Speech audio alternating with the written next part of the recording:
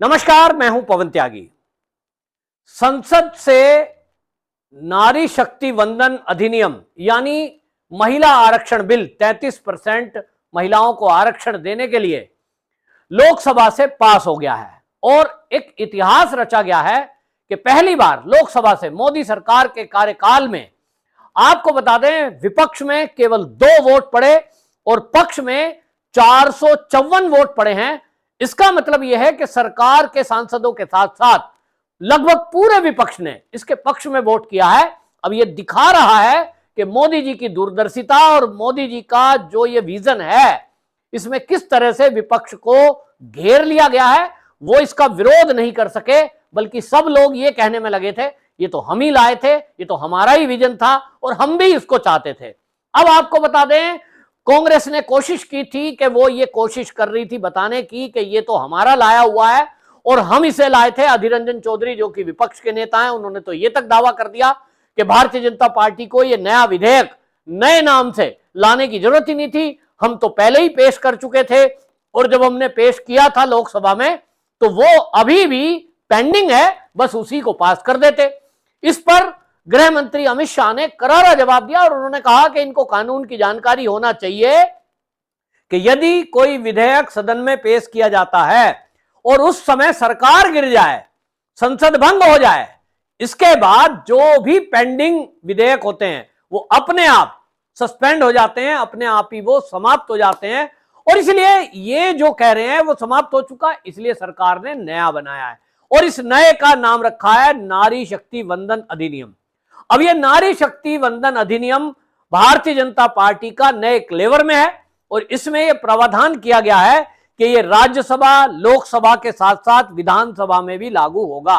इसका मतलब यह है कि अब 33% आरक्षण महिलाओं का लागू हो गया।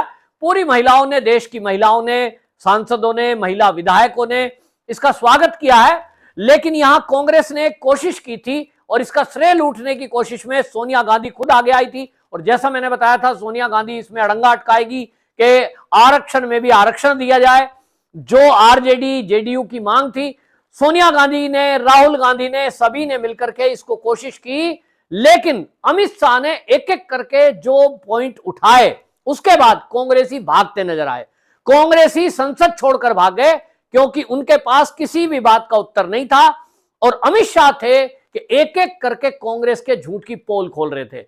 उन्होंने बताया कि किस तरह से कांग्रेस के राज में, कांग्रेस की जो आज सोनिया गांधी ये कह रही हैं, जैसा मैंने भी कहा था एक वीडियो में कि मेरे राजीव गांधी जो मेरे जीवन साथी थे, उनका सपना था महिलाओं को आरक्षण मिले। तो अमित शाह ने घेरते हुए कहा कि भाई आपकी पार्टी में सोनिया गांधी जी, आप तो अध्यक्षा थी, यानी सब कुछ आपके हाथ में था और आपने लगभग देश की आजादी के 55 साल तक देश पर शासन किया, तो आपको किसने रोका था?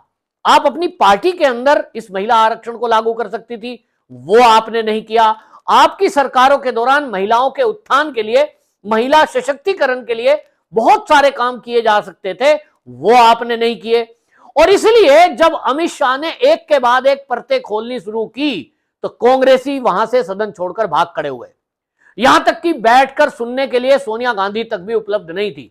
यह बता रहा है कि इनके पास जब कोई जवाब नहीं था और इनको लग गया कि इनकी तो पोल पट्टी खुल गई है, तब ये बैठ करके वहां बेइज्जती कराते और ये भाग खड़े हुए। इसी में आपको बता दूं कि अमित शाह ने मोदी जी के बारे में कहा और भारतीय जनता पार्टी के, उन्होंने कहा देखिए हमारे लिए ये कोई मुद्दा नहीं है, राजनीतिक मुद्दे बहुत सारे हो सकते हैं, लेकिन महिला आरक्षण या महिला सशक्तिकरण ये भारतीय जनता पार्टी के लिए या मोदी जी के लिए ये कोई राजनीतिक मुद्दा नहीं है। उन्होंने कहा कि ये हमारे लिए एक संकल्प है और उन्होंने शब्द का इस्तेमाल किया कि सशक्तिकरण जो है ये हमारे लिए मान्यता का मुद्दा है।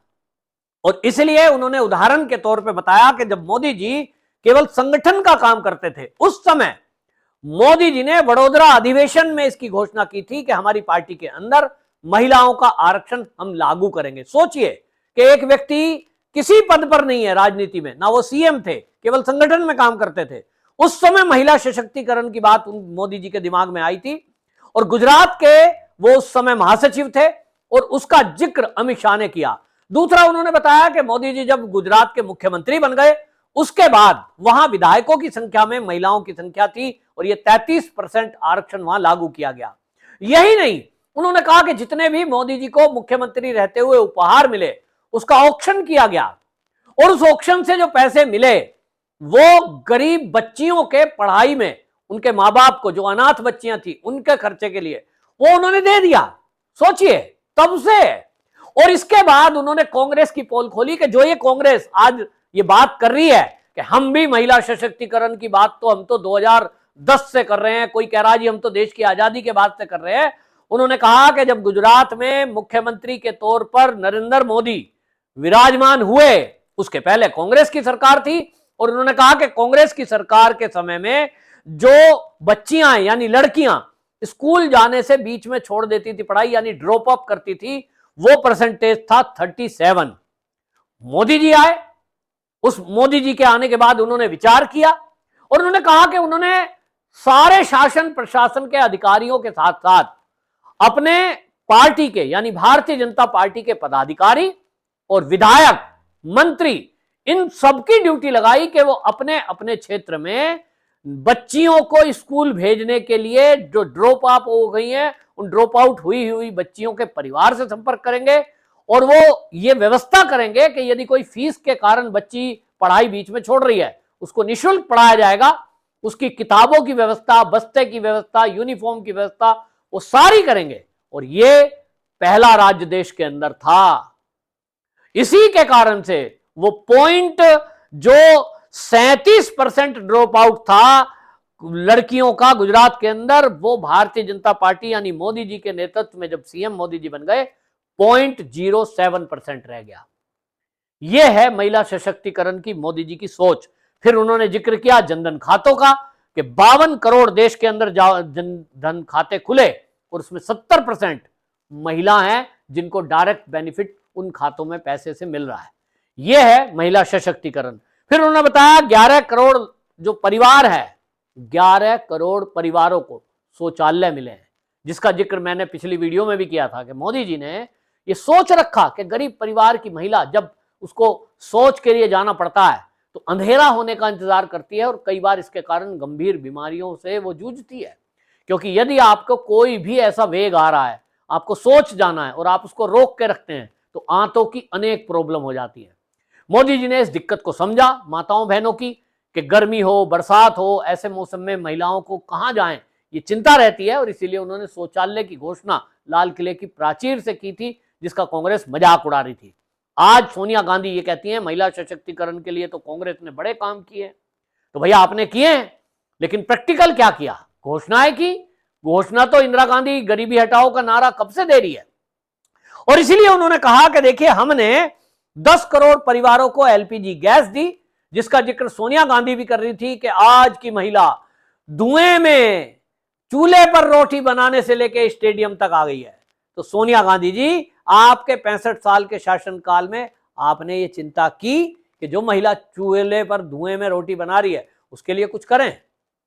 कैसे करती? कांग्रेस के राज में तो हमने देखा है, मैं एक साधारण परिवार मतलब मीडियम फैमिली में आता हूं और मुझे भी गैस का चूल्हा लेने के लिए, कनेक्शन के लिए तो एमपी तक की सिफारिश लगानी पड़ती थी। कनेक्शन लेना है, सांसद से चिट्ठी लिखवाओ, कनेक्शन नहीं मिलेगा, उनके कोटे से मिलेगा, नहीं तो ब्लैक में मिलेगा। सिलेंडर की हालत यह थी कि लाइन लगाओ, अगर इमरजेंसी में चाहिए तो 2-2, 3-3 घंटे गैस एजेंसी के बाहर लाइन लगानी पड़ती थी, गोदाम के बाहर। तो ये किसी को फ्री में कैसे देने की सोच सकते थे? बस ये है, मोदी जी का बिल है तो श्रेय लूट लो। और इसीलिए अमित शाह ने पोल खोली कि हम हैं, हमने चिंता की तो 10 करोड़ परिवारों को हमने गैस के चूल्हे का कनेक्शन दिया, 12 करोड़ लोगों को टोटी से जल दिया, यानी हर घर नल योजना से। जो मैंने आपको एक बार बताया था वीडियो में कि राजस्थान के एक गांव में मैं गया था, जयपुर लोकसभा, जो हमारे राजवर्धन राठौर हैं इनकी लोकसभा क्षेत्र में मैं गया था, तो वहां महिलाएं बता रही थी कि चांद के बाल उड़ गए हैं क्योंकि उनको मटका सर पे रख के 5-5, 6-6 किलोमीटर से पानी लाना पड़ता है। यह हालत आज के राजस्थान में है क्योंकि वहां कांग्रेस की सरकार है।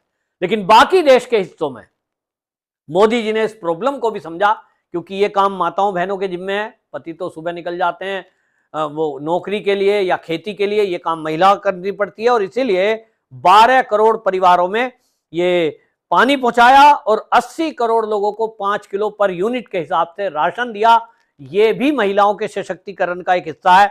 इसी तरह उन्होंने बताया 3 करोड़ 18 लाख सुकन्या योजना के तहत योजना दी। और इसी तरह उन्होंने कहा कि इसमें आपको बता दें, जो ये ओबीसी के आरक्षण की बात कर रही है, उस पर भी अमित शाह ने विपक्ष को करारा झटका दिया और उन्होंने एक एक करके जब पोल खोली, उन्होंने कहा देखिए आज हम भारतीय जनता पार्टी खड़े हैं, हम गर्व से कह सकते हैं कि भारतीय जनता पार्टी इकलौती पार्टी है जिसने ओबीसी को सबसे ज्यादा उनका जो हक है वो हमने आरक्षण भले ही हमने लागू नहीं किया है, लेकिन हमने ये व्यवस्था की है और इंटरनल व्यवस्था हमारी लागू है पार्टी में भी। तो उन्होंने गिनवा दिया, भारतीय जनता पार्टी में 29% ओबीसी सांसद हैं, ये संख्या 85 है।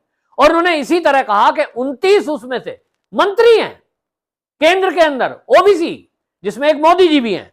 और इसी तरह उन्होंने कहा कि भारतीय जनता पार्टी के जो एमएलए हैं वो जो है कुल एमएलए की संख्या है 1358 और उस 1358 में 365 जो एमएलए हैं वो एमएलए ओबीसी कैटेगरी के हैं।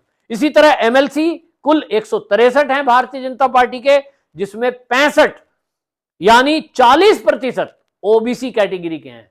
और इसीलिए वो ये कह रहे हैं कि हमारे यहां आरक्षण लागू नियम कायदे कानून से नहीं दिलों से होता है। और ये एक फर्क जब अमित शाह ने बताया है तो आपको बता दूं कि विपक्ष मुंह छुपाता हुआ घूम रहा था, क्योंकि इनको लग रहा था कि ओबीसी कैटेगरी का आरक्षण के नाम पर हम सरकार को घेरेंगे, ये घिर जाएगी। और मैं फिर से एक बार बता दूं, जितनी विपक्षी पार्टियां ये कह रही हैं साहब 24 में लागू नहीं होगा, भाई 24 में लागू नहीं होगा। अमित शाह ने कह दिया कि एक स्टार्टिंग हमने की है, इसको आप दोनों सदन से पास करिए। और जो आप मांग कर रहे हैं कि भाई पहले जातिगत गणना हो जाए फिर उसके आधार पे महिलाओं की भागीदारी तय हो, तो ठीक है। अगर आप अमिटमेंट मान लिया आप संशोधन का मौका नहीं देते हैं, मैं फिर से बता रहा हूं, अगर विपक्ष सारा इस संशोधन को करने में सहयोग करेगा सरकार का, कि जो इन्होंने जातिगत गणना के लिए यानी जनगणना के लिए 2026 की डेडलाइन रखी थी, अगर उसमें अमेंडमेंट कर दिया जाता है तो वो पहले भी कराई जा सकती है। लेकिन अगर वो पहले हुई तो चुनाव थोड़ा पीछे हट सकता है 2024 लोकसभा का। लेकिन मोदी सरकार ये चाहती है कि इसके पहले वन नेशन वन इलेक्शन, इस पर काम हो जाए। और अगर ये होता है तो आपको बता दूं कि वन नेशन वन इलेक्शन ये 2024 का जो चुनाव है इसमें सरकार लागू कर सकती है। महिला आरक्षण के बारे में जैसा कि अभी तक तो कहा जा रहा है, अभी तक अमित शाह जी ने भी कहा है कि हमने एक शुरुआत कर दी है। अब अगले सत्र में देखना होगा कि इसको लेकर क्या सरकार करती है, इस पर विपक्ष का क्या रुख रहता है। इतना तो तय है कि भारतीय जनता पार्टी ने ये जो महिला आरक्षण बिल प्रस्तुत किया है, जो अब लोकसभा से पास हो गया है, राज्यसभा से भी पास हो ही जाएगा, फिर इसके ऊपर काम शुरू होगा। और श्रेय पूरा का पूरा मोदी जी को जाता है, क्योंकि पहले की सरकारों ने तो केवल महिला आरक्षण के नाम पर, महिला सशक्तिकरण के नाम पर महिलाओं को मूर्ख बनाकर केवल उनकी वोट लेने का काम किया है। सही मायने में काम तो मोदी जी ने किया है। आपकी क्या राय है कमेंट बॉक्स में जरूर बताएं। वंदे मातरम।